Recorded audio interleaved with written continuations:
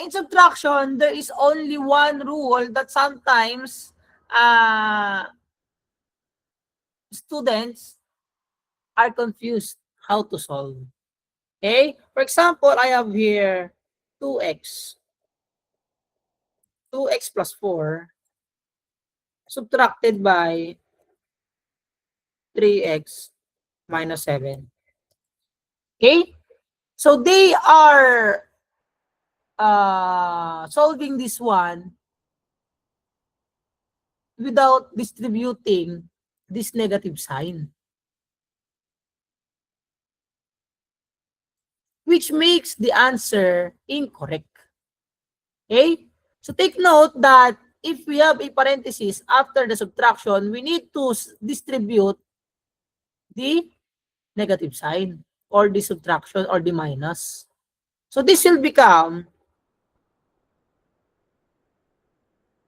2x plus 4. We can disregard the parenthesis on the first on the subtrahend because it will not affect the answer. Okay? And then distributing the negative to 3x, this will become negative 3x. Distributing negative to negative 7, this will become positive 7. So this must be your correct equation. And then simplifying this one, this will become 5x. Pardon. This is negative x. Why? Because 2x minus 3x is negative x. Okay?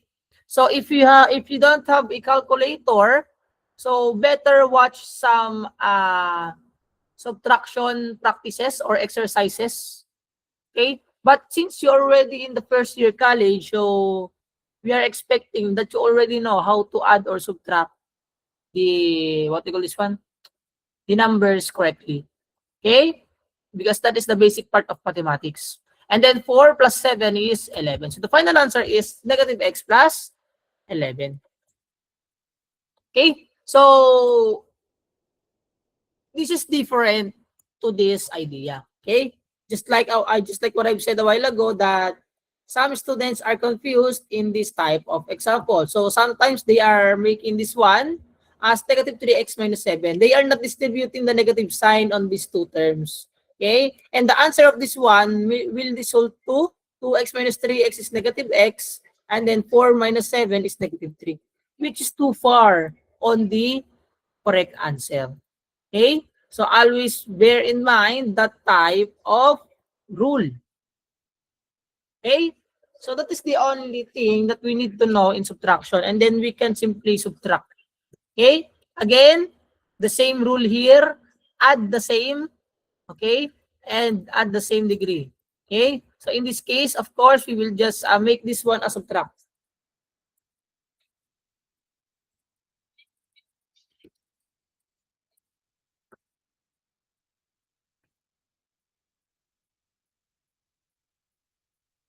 Okay? Next, multiplication.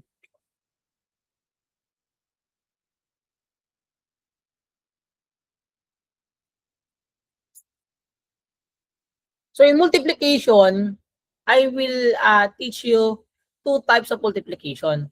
The first one is distribution. Okay? So when I say distribution, for example, I have here 3x multiplied by 4x minus 7. Okay? So I have a video in the Facebook which talks about law of exponent. So please watch.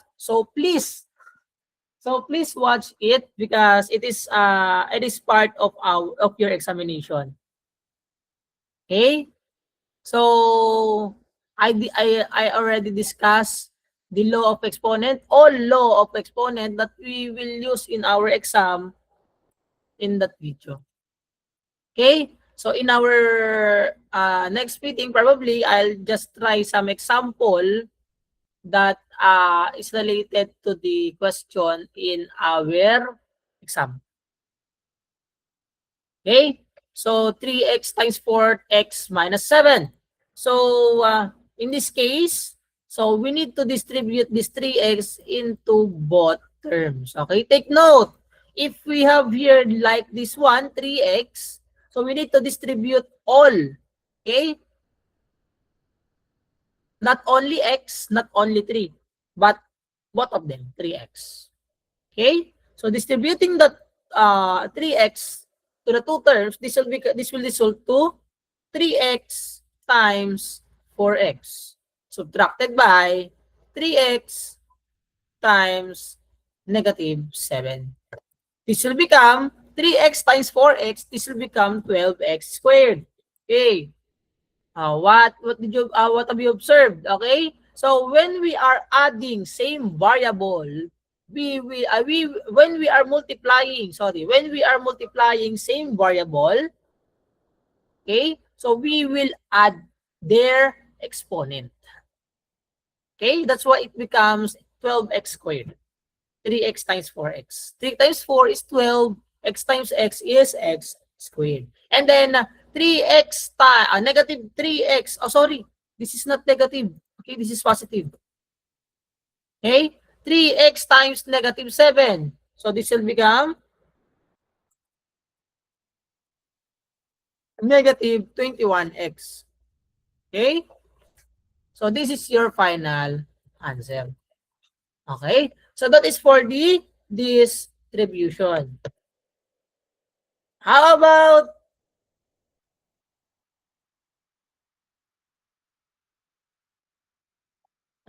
I'm sorry.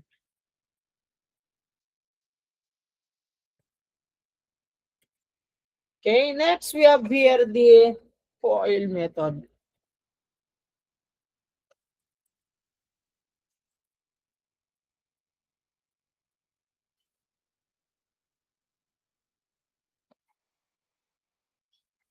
So in FOIL method,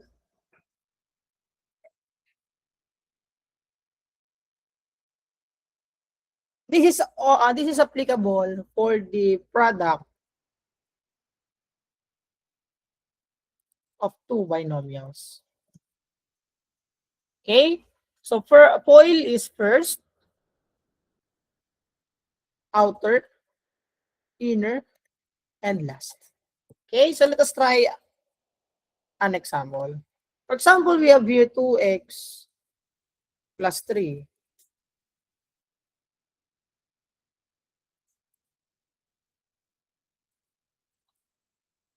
multiplied by x minus 7. So this will become, okay, so FOIL, okay? So FOIL. So this will become, for the first term, this will become 2x times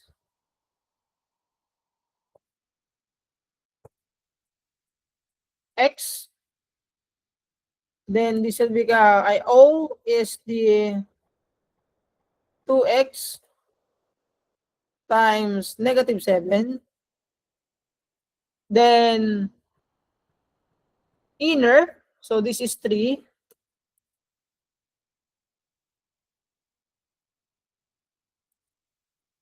3x. No. Negative 3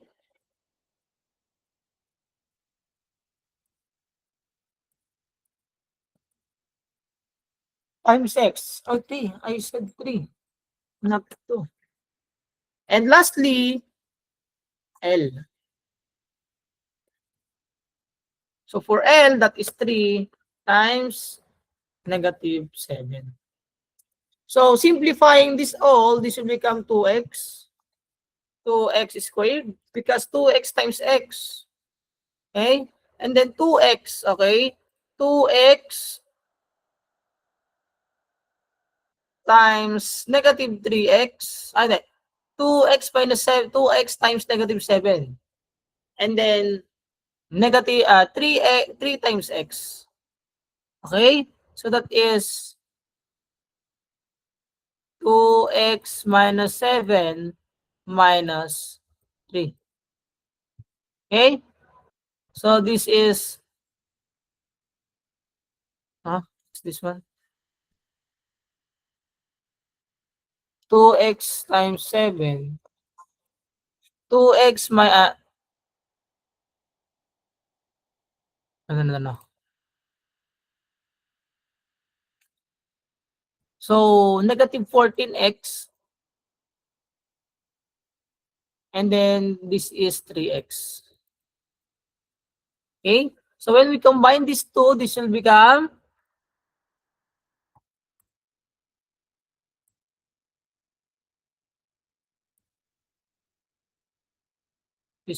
what?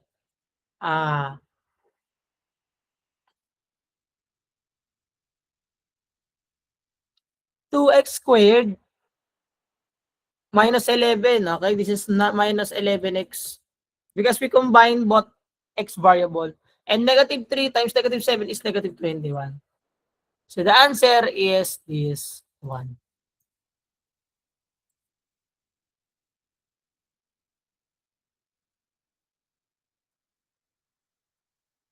Okay?